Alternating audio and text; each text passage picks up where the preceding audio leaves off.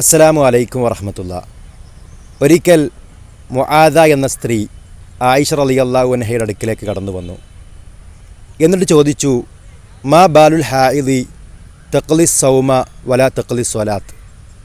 ആർത്തവകാരികളുടെ അവസ്ഥ എന്താണ്? അവർ നഷ്ടപ്പെട്ടു പോയ നോമ്പ് നോറ്റുവീട്ടുന്നു, എന്നാൽ നഷ്ടപ്പെട്ടു പോയ നമസ്കാരം പിന്നെ നിർവഹിക്കുന്നില്ലല്ലോ. ഈ ചോദ്യം കേട്ടപ്പോൾ ആയിഷ റളിയല്ലാഹു അൻഹ അവരോട് തിരിച്ചൊരു ചോദ്യം ചോദിച്ചു, ഹറൂറിയത്തുൻ അൻതി, നീ ഹറൂറിയത്താണോ? ഹറൂറികൾ എന്ന് പറഞ്ഞാൽ ഖവാരിജികളിൽപ്പെട്ടൊരു വിഭാഗമാണ്. ഇസ്ലാമിൽ നിന്ന് പുറത്തുപോയ ഖവാരികളുടെ കൂട്ടത്തിൽപ്പെട്ടവളാണോ നീ എന്നാണ് അതിൻ്റെ ആശയം. കാരണം ഇസ്ലാമിൻ്റെ കാര്യങ്ങളോട് എതിർത്തുകൊണ്ട് ചോദിക്കുന്നത് അവരാണ്. ആ സ്ത്രീ പറഞ്ഞു, ലസ്തു ബി ഹറൂറിയ, ഞാൻ ഹറൂറിയ ഒന്നുമല്ല, വലാക്കിന്നി അസ്അലു, ഞാൻ ചോദിച്ചു എന്ന് മാത്രം.